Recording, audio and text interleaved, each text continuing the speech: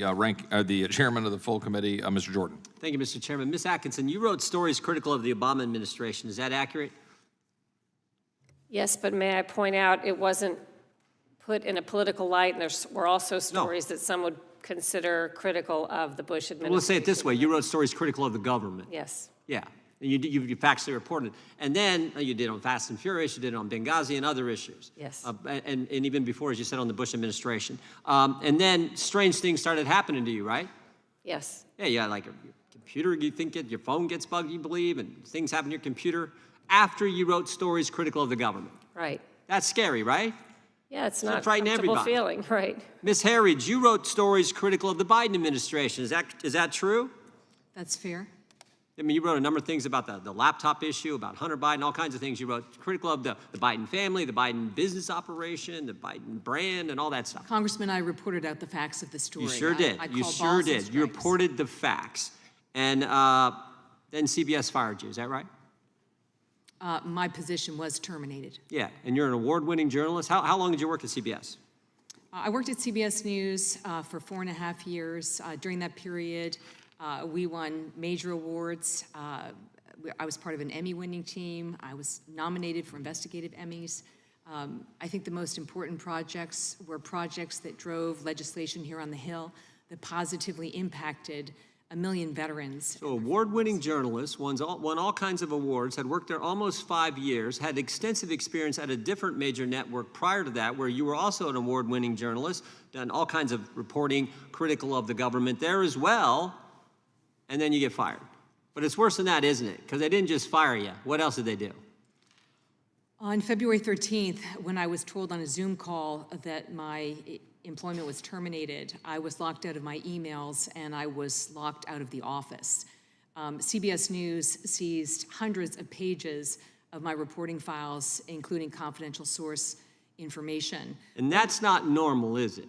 No, that's not my experience in the other 2 networks that I've worked at or with my colleagues at CBS News. When the network of Walter Cronkite seizes your reporting files, including confidential source information, that is an attack on investigative journalism. Yes, it sure is. So I'm just trying to, it seems to me there's a pattern developing here. You're critical of the government, Ms. Atkinson situation, and shazam, they start doing all kinds of strange things to your phone line, to your computer. You're critical of the government at a major news organization, and you're an award-winning journalist. You've been there 5 years, you get fired. But it's not just you got fired. In fact, we can, maybe there's nothing to that.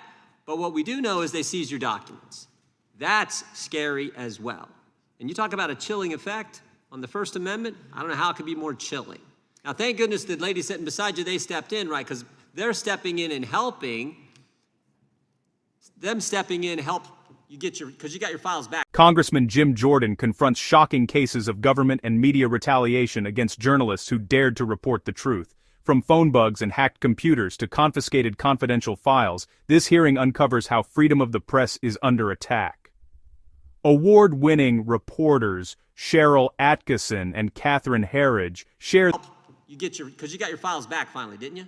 I did get the files back. If I didn't have the support of SAG-AFTRA really publicly standing up for journalism, I don't believe that I would have received the files and they would have been returned. And I just want to be clear, Congressman, wherever you work, if this happened to you, it's an attack on free press, it's an attack on the First Amendment. It makes it more challenging for reporters to work in the future. That disrupts the free flow of information to the public. They call it journalism a profession for a reason, because it's about an informed electorate, and it's a cornerstone of our democracy. I can only speak for myself. When my records were seized, I felt it was a journalistic rape. Ms. Cavallaro, have you ever seen that before, where when someone is leaving an employment at a major news organization, they seize their documents? I can't say that SAG-AFTRA is familiar with every single case of termination or departure where... I'm not asking that. I'm saying, have you ever seen anything like this? I have no recollection of seeing... Well, that should scare us too. First time it ever happened, and it happens to an award-winning journalist who's been in this profession for a number of years, known all across the profession, And that happens on the heels of what happened to Ms. Atkinson because both journalists were critical of the government. That's exactly that's what journalism is about, being critical of the government when the government's doing things wrong, and then to have a major news organization or the government itself do this. In your testimony, Ms. Herridge, you had a very important line. You said, if confidential sources are not protected, journalism is dead. And I agree, but it would seem to me if retaliation is allowed by the government or by some major media outlet, journalism is dead as well. And that's what this hearing's about. And I, again, want to thank you all for coming and sharing your important testimony. I yield back. Will our nation defend the voices that keep us informed or silence them forever?